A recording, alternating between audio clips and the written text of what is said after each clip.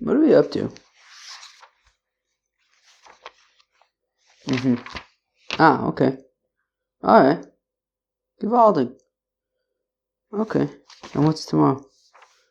Oh, okay. Okay, beseder. I have to sell my chametz. Or find somebody to buy it. Time is it? I don't know. Maybe I'll record this in 2 sittings. I have to, because it's getting close to Pesach and I don't want to have to throw out all my chametz. Hopefully that guy will be there. I don't even know who it is. I have to go to the place and ask who's the guy to sell my chametz to. Hopefully I'll find him. I got the sun stark on my face. Alright. Alright, well, how you doing there? Welcome back to Babylon Talmud. Today we're studying Daf Nun Vav, Daf 56 of Masechta BavaMetzia. Friends, your friends. So, what are we doing? Okay, so we have like a whole bunch on Daf Nun Hey to do. Okay, so we'll do it. And then, alright, so like 2 Mishnahs today, and alright, here we go. So we start on Daf Nun Hey Amud Beis, at the Mishnah. Chamisha Chomshin Hain. There are 5 Chomishes. Elu Hain. And these are them. Now we're going to list like a lot more than 5, but like they're like 5 groups sort of Chomishes. Here's the first group. Ha'ochel Truma. If you eat Truma by accident, so then you have to pay it back plus a Chomish. V'Trumas Meiser. So right, when you give Meiser to a Levi, and the Levi takes 10%, and he gives that to the Kohen, that's Truma. That is the status of Truma. And so if you eat that by accident, you have to add a chomesh when you pay it back, when you replace it. V'trumas meiser shel demai. Also demai, right? You're not sure if the Amoritz had separated meiser or not, so you separate your own meiser and then give that to Levi, and the Levi separates trumas meiser, all out of suffix. Said also you have to add a chomesh if you accidentally eat trumas meiser of demai. Ve'achala, if you accidentally eat chala, because chala is also called truma, right? What was it? Reishis tvosechem chala tarimu truma? Is that what it is? Something like that. Does Rashi say? I don't know. Reishis arisosechem, I think that's what it is. Reishis arisosechem chala. Reishis arisosechem chala. What? Reishis arisosechem. I don't know. Did it say chala tarimu truma? Yeah, reishis arisu seichem chala tarimu truma. I think that's what it is. Yeah, but bikurim, and also bikurim, because I think that's utrumas yodcha, or maybe trumas yodecha. Anyways, that's bikurim. So all of these things are like truma things, and if you eat them by accident, so you have to add a chomesh. Okay, so that's one category, mosef chomesh. Va'poda neteravai, also somebody who redeems neteravai. Neteravai is if you have orla, right? You have a fruit tree, so the first 3 years it's orla, and the 4th year you have to bring it to Yerushalayim. But if you don't want to schlep it to Yerushalayim, you could redeem it with money, and you add a chomesh. Umaiser sheni shelo, and similarly, if you're being pod the maiser sheni, as we know, you have to add a chomesh, mosif chomesh. So you add a chomesh. That is category number 2. Next, hapode es hekdesho. If you're a makdish something, and then you are pode it, so you add a chomesh oichit. Mosif chomesh, and then shave putim in a hektish mosif chomesh, right? If meila, right? If you get hanoah from hektish, so then when you pay back, for the value that you gain, so you add a chomesh. Va'gozel es chaveru shave putim v'nishbalo mosif chomesh, and also of course somebody who steals from his friend and swears that he didn't steal, then admits that he did steal, so then he pays it back plus a chomesh. All right, fine. Says the Gemara, Omar Rava says, Rava Kasha le the Rabbi Lazar. The Rabbi Lazar had a Kasha. Trumas Meiser Shel Demai. That Rabbi Lazar didn't understand. How come Trumas Meiser of Demai, you have to add a Chomesh? After all, Demai is only Midrabanan, right? Midoraisa, you can assume that they separated Meiser. Right? We've said in other places, Rov Ami Aretz Ma'asrinheim. And therefore, really, it's just the Rabbanan say, you know what? If it's an Am Haaretz, just out of extra safety, an abundance of caution, separate your own meiser. But if somebody accidentally then eats Trumas Meiser of Demai, do we go so far as to say that he would have to add a chomesh? It's not just enough to kind of replace it. What did the Chachamim fortify their words by making them exactly like dinim deoraisa? Right? Of course, if you eat Trumas Meiser mideoraisa, so then of course you would not just replace what you ate, but you would add a chomesh. But here there's Trumas Meiser Derabanan. We go so far as to say that you have to add a chomesh there as well by Derabanan. Rav Nachman Amar Shmuel says Rav Nachman Amar Shmuel Amani Reb Meir. This is Reb Meir the Amar who says also Chachamim Chizik the Deveim Kishal Torah, that the Chachamim do in fact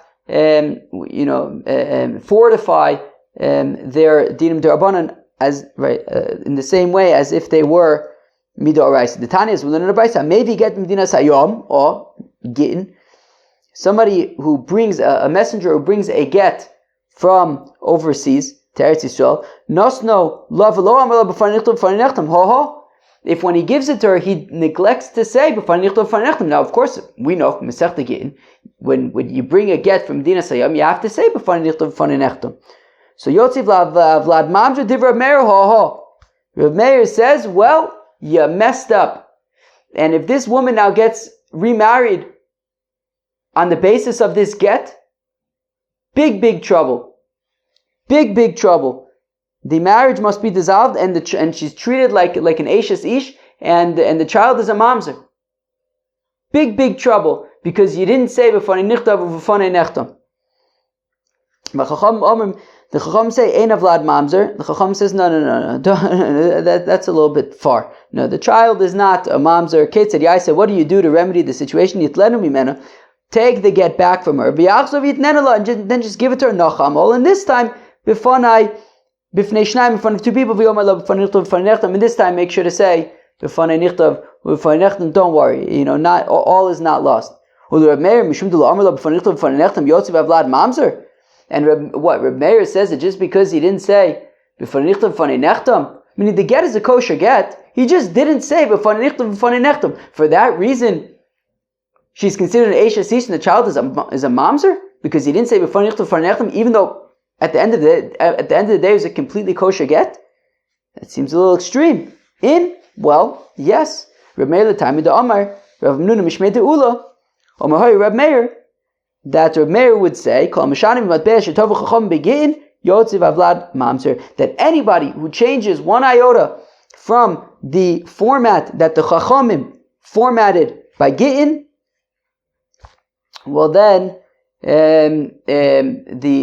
she's considered an Eishes Ish. She cannot remain married to her new husband, and any children that they had are mamzerim. That when it comes to what the dinim derabanan by Gittin, we treat it exactly in the same way as the Oraisas, and if you deviate, it's big trouble. So we see that Reb Meir says, yes, Asu Chacham Chizik the Deveim Kishal Torah, right? And therefore, to answer your question, Rabbi Lazar, yes, if somebody accidentally eats Trumas Meiser of the Mai, they will have to add a Chomesh upon replacement.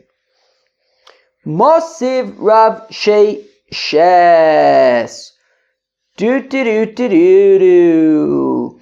So is it really true that Reb Meir says that by these dinim derabanan, we're super strict? Get a hold of this. Mosiv Rav Sheishes asakasha. Michalin also kesef al kesef nechoshes.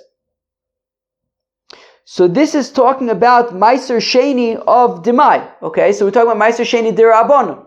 Okay, Meiser Sheni Derabanan, and it says Michalin also they can be Michal in the Meiser Sheni of Demai. Kesef al kesef, silver can be Michaled onto silver. So I guess if you're Michal Meiser Sheni onto silver, you can be Michaled again onto other silver.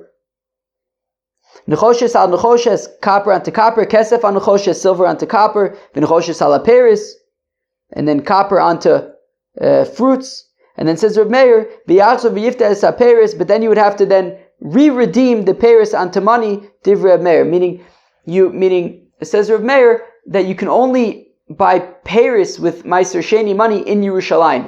If outside of Yerushalayim you are podeh Meiser Sheni money onto fruits, then you would have to then re-redeem them onto money and then bring the money to Yerushalayim.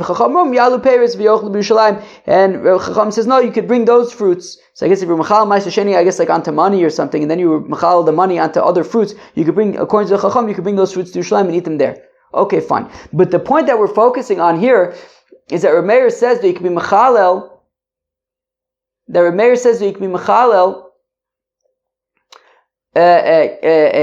of Meiser Sheni onto Nechoshes. Now this is when we're talking about Meiser Sheni of Demai. And listen to what Reb Meir says when we're talking about Meiser Sheni Midoraisa.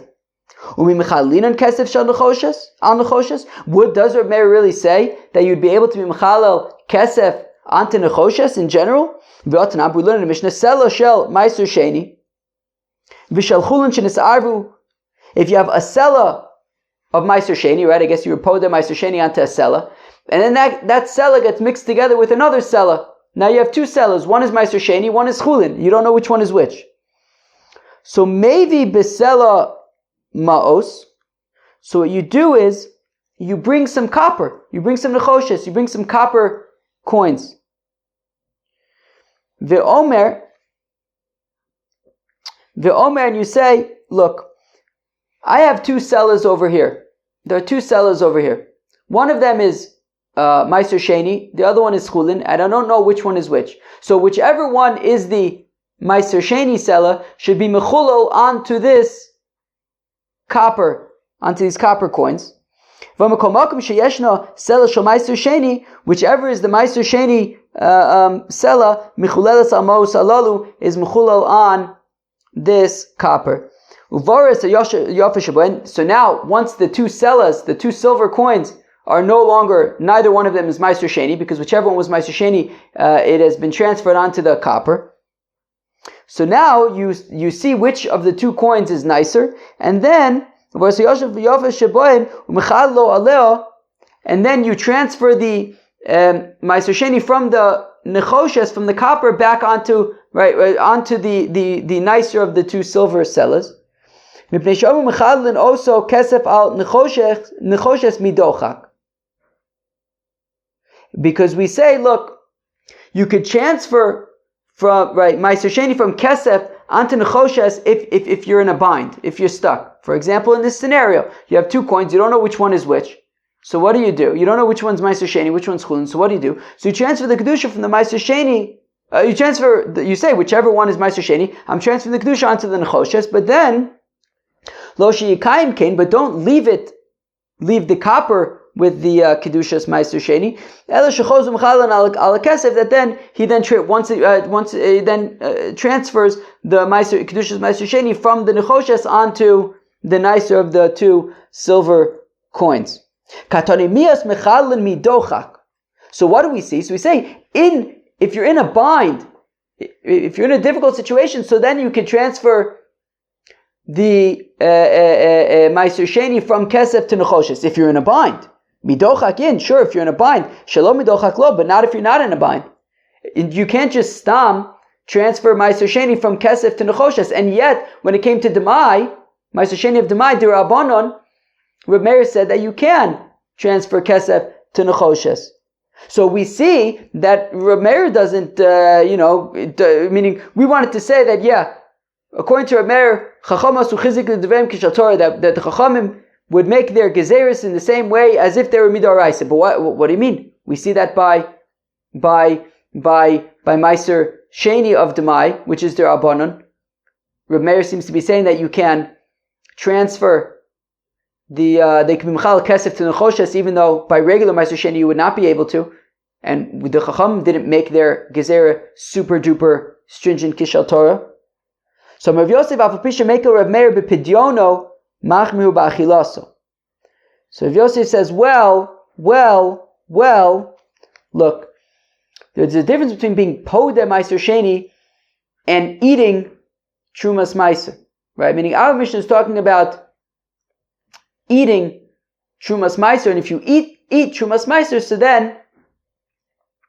then you have to add a fifth. But in terms of being Podeh Meiser Sheni of Demai, where you're just kind of redeeming it, you're not eating it, so then you can be lenient, and then Reb Meir would say you could be you could be transfer from the kesef to the nechoshes by being podeh, but by eating it you would be more stringent and say yes, you would have to add a chomesh. We would treat it like the oraisa. Fine. Titania, as we learn in a brisa, that will demonstrate that Reb Meir says that by eating we would be more stringent. Lo itiru limkor demai el lesiton bilvad. That if a person buys demai from an Amma Aretz, so of course you need to separate maestris. And if you're going to sell it to somebody else, right? So if you buy meister sheni, if you buy demai from an Amma Aretz, right? You buy, well, demai by definition is from an Amma Aretz, otherwise it wouldn't be demai. So if you buy demai, you would have to separate maestris before selling it to somebody else. However, if you're a wholesaler, that you buy lots and lots of produce, and then you sell it to retailers, so it's understood that a wholesaler is not necessarily going to be separating his own meiser. When you buy in bulk like that, right, and you're selling as a wholesaler, so then it's not as sort of it's more of on a high level, right? All the details haven't necessarily been worked through at that level. And therefore the retailers understand that when you buy from a wholesaler, if it's demai, so you're going to have to separate your own meises. The wholesaler won't be doing that for you, right? So, lo itiru limkor demai el lesiton bavad. Only a wholesaler would be able to sell demai without separating meiseris first. But if you're a balabais, then you would have to separate meiser first before selling it to somebody else. Uvalabayis benkach uvenkach tzarich la'aser divrei Reb Meir. And Reb Meir says, right, that a balabayis, somebody who's not a wholesaler, regardless of how much he's going to be selling to somebody else, he might be selling in bulk to somebody else, but if he's not a wholesaler, he would still have to separate his trumis, his maestris, before selling it to somebody else. So we see that Reb Meir is being stringent. And he's saying that so let's go back to for a second. The Chacham say, Echad asiton ve'echad balabayis mochu v'sholech lechavero v'nosin lo b'matono ve'eno choshesh. That whereas the Chacham say that no, whether it's a wholesaler or whether it is a balabayis who is selling in bulk, right? Meaning, so whether it's a wholesaler, whether it's a balabais who's selling in bulk, you would not need to separate meises, right? You could sell it, and send to your friend, and give it as a gift. You don't have to worry about separating meiser if you're selling it in bulk. So Reb Meir is being more stringent, and he's saying that no, a balabais always needs to separate meiseris from demai, even if he's selling in bulk. And that is because we're concerned that if you sell meiser sheni to somebody, then they're going to, if you sell demai to somebody, then they're going to eat it. And since we're talking about somebody who's going to be eating it, so Reb Meir is stringent and says that you'd have to separate meiseris before selling it to make sure that nobody's going to be eating untied food. So we see that Reb Meir is stringent when it comes to eating. Okay, fine. Mosiv Ravina. Ravina asks a kasha. Halakech min anachtom. A person who buys bread from a baker, from a bakery. Me'aser min, right, and the baker is an Amma Aretz, so it's demai. So ma'aser min achama ala tzonenes, min tzonenes ala chama. So if there's all sorts of bread, some are warm, some are cold. I think that's what it means, warm and cold. Like the fresh bread, I guess, is better, and the cold bread is, I guess, low. Not as exciting as the fresh bread. So if you now have to separate maestris from the bread that you bought, so you could separate if you want, you could separate from the warm bread. If you want, you could separate from the cold bread. It makes no difference. Vafilu midfusim harbe, and this is the chiddush. And even if they are from different molds, right? Meaning you might have, a focaccia bread, and then you might have a whole wheat bread, and they were made differently. So maybe you'd have to be concerned that they actually came from different bakers. And if they came from different bakers, then things get more complicated. Because, let's say this bakery is selling breads from a few different bakers, and all of them are Amma Aritzes. Some of them separated Maisris and some of them didn't. Well, this could be tricky, because if you, let's say, have focaccia and whole wheat bread, and they came from two different bakers, and one of them, they're both Amma Aritzes. One of them separated Maisris, one of them didn't. And then you're separating the Maisris from the focaccia. But if that guy already separated Maisris, then you didn't have to, which means it's not going to count for the one that does need to be separated, and also vice versa. So you can run into trouble. And nonetheless, we say that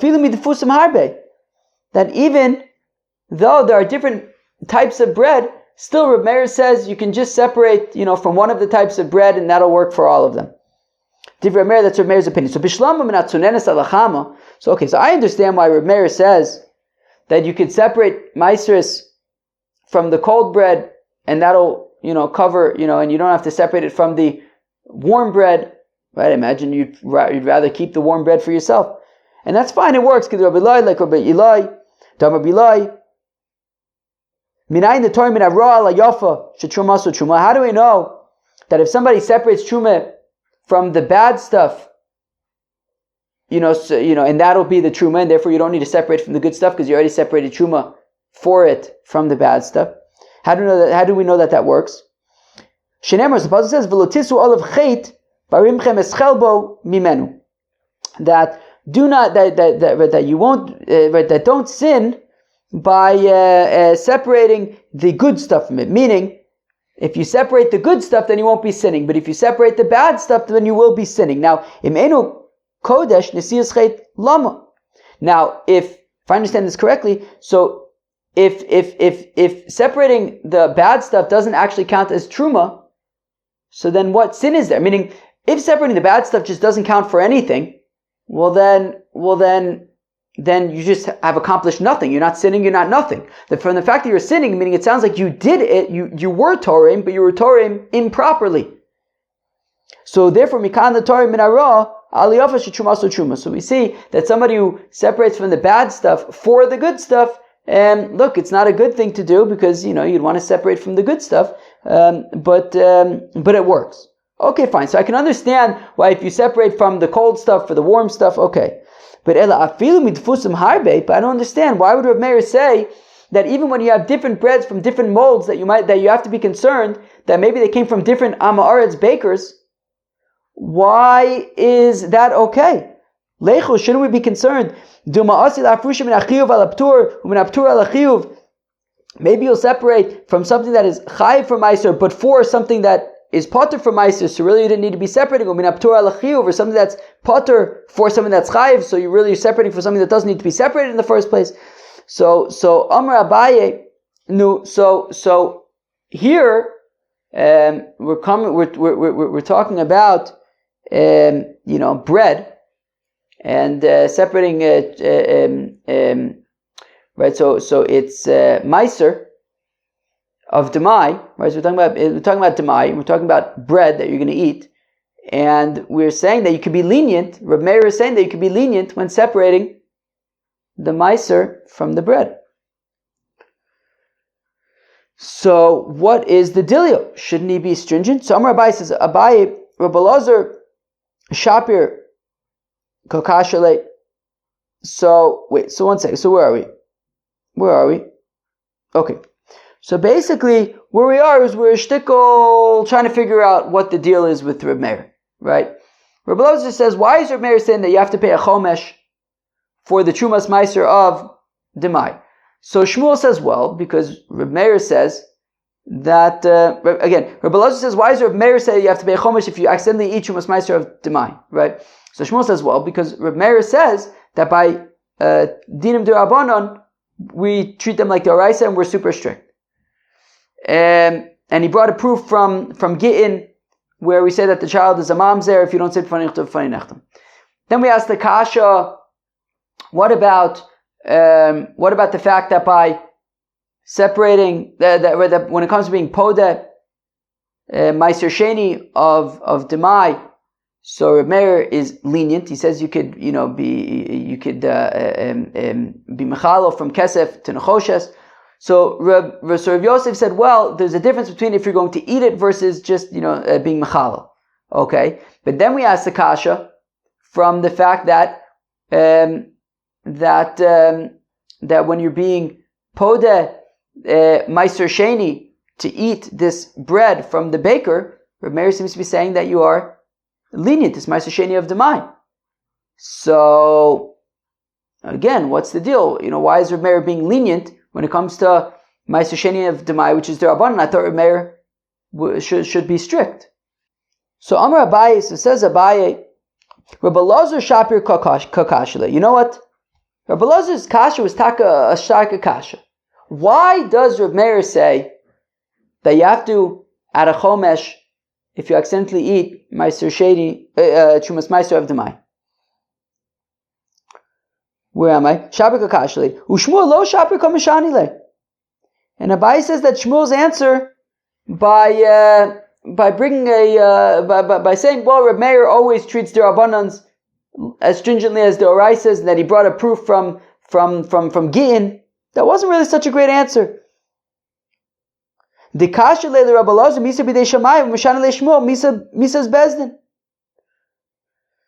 because Rabbi Elazar was asking about Trumas Meiser.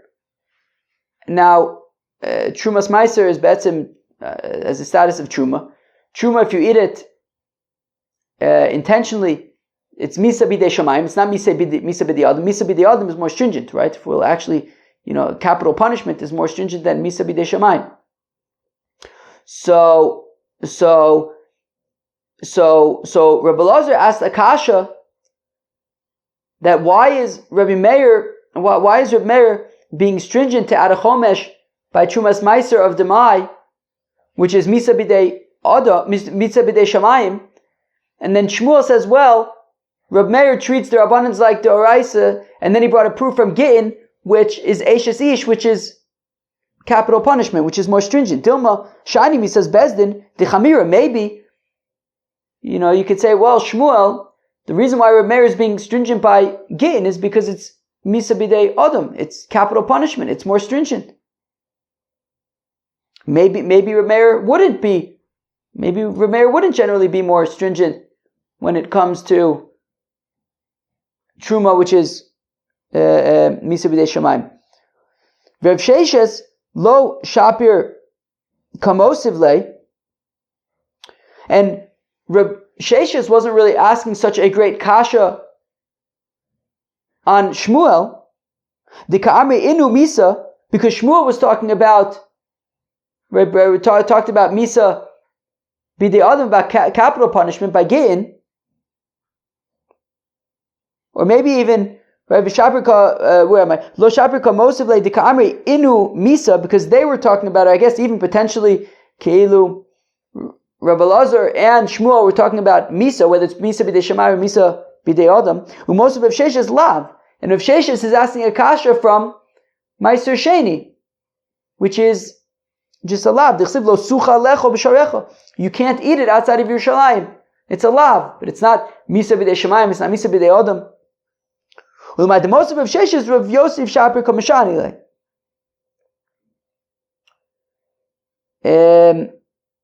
Where am I? Okay. Oh, okay, fine. So, where am I? Where am I? Well, the most of Rav Sheshes, now, based on Rav Sheshes' kasha about Reb Meir's opinion when it comes to these derabbanans, Rav Yosef Shapir Kameshani, that Rav Yosef Taka gave a good answer, that there's a difference between when it's pidyon versus when we're talking about being mechalal versus when we're talking about eating. El Ravina, but Ravina, you asked the kasha from this baker. They said, well, this baker, when we're talking about separating Meiser of Demai, and you're saying that Reb Meir is being lenient to say that that you could separate from one bread onto the other, even though it's from a different mold. So you ask the kasha from this baker, but the Sayeh Levi Palter, why don't you bring a support from the sort of bread dealer? I guess he's more of like a bread wholesaler. Detnan, as we learned in the Mishnah, halukech min apalter, somebody who buys from a bread wholesaler, me'aser min kol defus udfus. You have to separate from each mold separately. Divrei Reb Meir, that's Reb Meir's opinion. So we see there that Reb Meir is being stringent, right? Meaning we're talking about an Amar, we're talking about the mind. Reb Meir is being stringent. You have to separate from each mold separately. So then how do you resolve the difference between the baker and the bread wholesaler?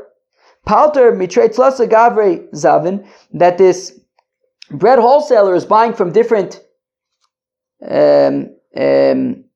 bakers, but nachtum nami michad gavra hu zavin. But a baker is generally just has one source where he's getting his bread, and therefore you can assume that all the molds are the same, and that is why. So Reb Meir isn't necessarily being lenient there. He's just he's not being lenient there. He's just saying, practically speaking, they're all coming from the same place, and therefore, if either he separated Meiser or not, and if he didn't separate Meiser, so you're separating now. If he did separate Meiser, okay, so it's not a big deal. But it's all coming from the same person. So basically, it sounds like up until now it's got kind of like all over the place. But it sounds like basically okay. So potentially we could say that when it comes to capital punishment, so Reb Meir is stringent, like by get. But if it's not capital punishment, so then we don't know if Reb Meir would necessarily be stringent. But Rav Yosef had made this chilik between if you're going to be eating it or not. And if you're not going to be eating it, so then we said it could be lenient, like we saw by the kesef and the nechoshes. But if you are going to be eating it, so then you would be stringent. For example, if you eat Trumas Meiser of Demai, you would have to add a chomesh. We also saw that by the by the wholesaler and the balabayas, even if he's selling large quantities, he would still have to separate meiser before selling it to somebody else, because because the person's going to be eating it. Oh my gosh, I feel like my brain's kind of turning off. For this stuff, I guess it's just super detailed. Maybe I don't know. It's not. I don't know. It's just I don't know. But I'm all right. Okay.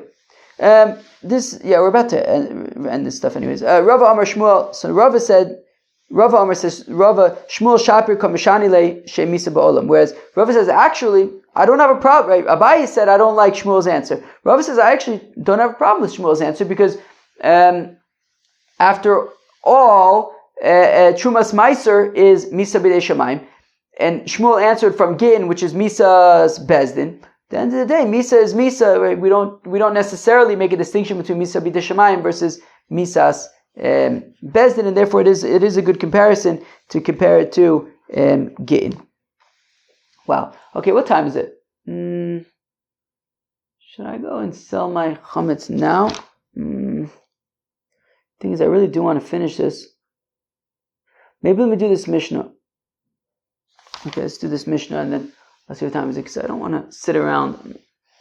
I think this is my third day in a row that I've been trying to sell my chametz. So I don't want to interrupt Babylon Talmud, and then the guy's not there or something. I don't know. These are the things that don't have ona'ah. Okay, that there's no halacha of ona'ah by the following things. Ha'avodim, ve'ashtaris. Okay, so avodim. If you sell an eved, there's no concept of ona'ah. Ve'ashtaris, and a document. So for example, I don't know, Shimon has a document that says that Reuben owes him $1,000, and then he sells that document, so i.e. the ability to collect it to somebody else. There's no din of ona'ah there. Ve'akarkos, and property. Ve'akadeshos, right? Hektish, right? If the gizbar is selling hektish, or for example, if somebody had a korban that he was maktish and then it got a mum, so he's selling it to somebody else, there's no ona'ah.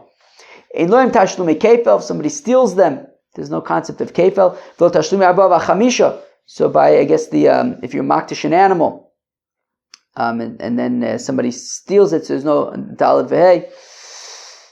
Shomer Chinam eno nishba. A Shomer Chinam would not have to swear that it was stolen. V'nosei Sacher eno mishalim, and a Shomer Sacher would not have to pay if they get stolen or lost. Reb Shimon Omer says, Reb Shimon, Kochim shu chai b'achrayuson. So if it's like a neder that you're chai b'achrayus, that if something happens to the animal, you have to bring a replacement. Yesh la'eno no. So I guess if it gets a mum and then you sell it, so then there would be a din of onav. Shenu chai b'achrayuson. But if it's a nidava that you said I'm going to bring a korban and then it got a mum and you're selling it, ein lo'en ona. There's no din ona there. Rabbi Omer says, Rabbi Rafa moches sefer Torah behema u'margolis. If somebody sells a sefer Torah or an animal or a pearl, the Gemara is going to explain what this means. Ein lo'em ona. There's no din ona. Amrulo. They said to Rabbi Yehuda, Lo amru ela elu. We said no. There is ona by sefer Torah behema and margolis. They only said that there's no ona by the things that they had said. Let's go weiter. I'm going to keep my eye on the clock. I think as long as I'm done in the next 20 minutes, I think I should be fine. And I think I might be able to be done in the next 20 minutes. Yeah, let me just try to finish up in the next 20 minutes. I think I should be able to. Says the Gemara, how do we know that these items in the Mishnah don't have ona? The Tana Rabbanan that the rabbis taught. That if you sell something to your friend, okano miyad amitecha, or you purchase from the hand of your friend, davar anikna miyad liyad, something that is sold from hand to hand. Yotzu karkos she'enon mitaltalim. So therefore, to the exclusion of property. Property is not movable. You can't give it from one hand to the next. So somebody from one hand to somebody else's hand. Yotzu avodim shukshul karkos. To exclude avodim, because avodim are compared to karkos. So if karkos there's no ona, so neither avodim. Yatsu shtaris, dichsev v'chisimkru mimkar shegufo macher v'gufo kanoi. Right, to exclusion of documents, because as v'chisimkru mimkar, right, it itself is what's being sold, as opposed to a document that it's not the document itself which is being purchased. It's really the what can be collected from the document. Yatsu shtaris shegufo macher v'gufo kanoi. To exclusion of a document that it's not the document itself that is sold and bought. It's really the ability, what you can collect with it, the value of it that is bought and sold. Then an omdin el laraya sheboy, right? And it's really just there for a proof to be able to collect with it later. Mikanamu, from here they said hamochashtarosav lebasam. If somebody sells a document, an old document, to a perfume monger, so that he has like some paper to kind of, I guess, put the spices in. Yishlem ona, so then there is ona, because you're selling the actual, because then the document is the actual thing that you're selling. You're selling for scrap paper. Pshita, okay, isn't that obvious that if you're selling these documents for actual scrap paper and they are the thing being sold, so then of course there's ona. Well, afukim de Rav Kahana, to the exclusion of Kahana Damar, ein ona the frutas. The Rav Kahana said that, well, there's no din ona for very minor amounts like prutas, and when you sell an unneeded document to somebody, to a spice monger to wrap spices in, so that's we're talking about pennies over here. So therefore, it's going to be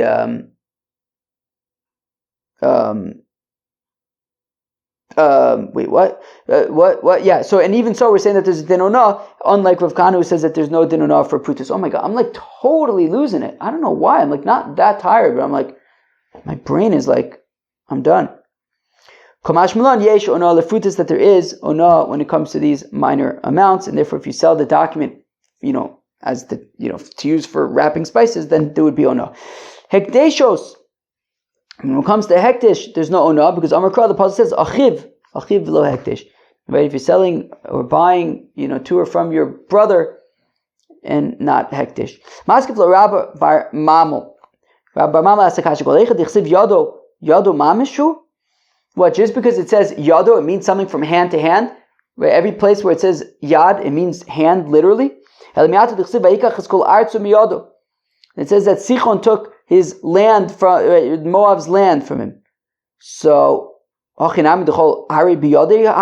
mean? What was he holding his land in his hand? So the Merishuso, no, it means from his possession. So let's say the same thing over here by no, that it doesn't necessarily mean that it has to be metalton, something that can be moved from hand to hand. Maybe it just means from anything that can be in your possession. But then the Gemara pushes back and says, wait, when it says yad, it generally does mean literally. After all, we learn in the Brisa, when it says by theft, it says if it will be found in his hand. And when it says yado, all I know is his hand. How do I know that even if he steals on his roof or his chatzer or his courtyard or his enclosure, minayin, how do we know that would also be a theft? And it's not just his hand. It says, well, if it will surely be found, however it's found, even in his gago, chatzer, karpefo. So the only reason why we know to include things other than your hand is because of himatze timatze. Halavachi, but if not for himatze timatze, ava amina, koleche dechasav yado yado mamishu. If not for himatze timatze, I would have assumed that when it says yad, it literally means hand. Visu, and more so, Tani, we learn in the Brisa, v'nasa and biyada, it says by gittin, and you put it in her hand. And the elo yada, all I know is her hand. Gaga chatzer v'kapef minayin. How do I know that even if you put it on her roof or her chutzner or her karpaf, how do I know that also works for gin? Wherever you place it. So time the cause of Achman v'nasan. So that we only know to include things other than her hand because it says v'nasan. But if not so, otherwise I would have thought that yado means literally her hand. So rather, actually, yado does mean hand literally. V'shani also deleka lememar hochi elamerishuso. But by sichon, so there, obviously it means that he couldn't be holding his land in his hand. So then, it means his possession. But generally, yado would mean hand. And here also by uno, it means metalton, something that can be moved from hand to hand. By Reb Zera asks a kasha. Schirus yesh lo ono ein lo ono. Interesting kasha. If you're renting something, could there be a concept of overcharging by rentals? Mimkar amrachmana avalo schirus. The Torah is right. V'chisimkru mimkar. Maybe that means like a full-blown sale, not a rental. Odimaloshna. Maybe it makes no difference. Amalei Abayis. Abayis says to observe miksiv mimkar leolam mimkar stam miksiv. It doesn't say that it has to be a final sale. It just says any kind of sale. And a rental is like a temporary sale. And, during the course of the rental, it's considered sold during that time. Okay. From now to the end of the daf, and I think, I'll be able to, what time is it? Yeah, I'm doing good on time. Hopefully I'll be able to sell my chametz. And from here to the end of the daf, it's basically a teiku gemara, so you've been informed. By Rava asked the kasha, chitin v'zarin bekarka mau. If you take wheat and you plant them in the ground, now what? Yesh lem ona. Is there a din ona because they're considered like metaltalin? Like you take some wheat, so it's metaltalin. You put it in the ground. Is it still considered metaltalin? Oh, ein lem ona. Or is there no ona because they're like karka? Now they're in the ground. Is it no different than if you would take the wheat and put it in like a vessel? And instead of putting it in a vessel, you just put it in the ground. And there is ono uduma, but linu al gav ara. Or maybe once you put them into the ground, they're bottled to the ground and they're considered like the ground. There's no din ono. So what's the deal? Amar ihu shadoi ba shisa v'asisaidi v'amrei lo shadaba elachamisha. Well, if he said I put, I guess like somebody who's meant to plant, 6, things of kilos of wheat in the ground, I guess, and but then witnesses came and said he only put 5 in there. Well, when it comes to something measurable, for example, he said like 6 kilos and it was 5 kilos. Well, even if it was less than una, it's simply a mekach tos, right? It's kilo, meaning he's lying. He's claiming one thing but doing something else. That has nothing to do with una. That just has to do with being dishonest. Rather, he says, look, I planted the field as it was meant to be planted, and it turns out that he didn't plant that much. So now, so do we say, well, how much was he kind of under planting by, and is there a din or no? Do we say, do we say that it's like he like put it in a vessel and therefore there is a din or no, like metaltlin or dilma, but lino agav ara, or maybe it's like maybe it's bottled to the land and it's in land there's no din or no. Another kasha, nishboin alein or ein nishboin alein, right? Would there be a shvuas moda b'miktsas, right? For example, if one guy says you were supposed to plant 6, and he says no, I was only supposed to plant what was it?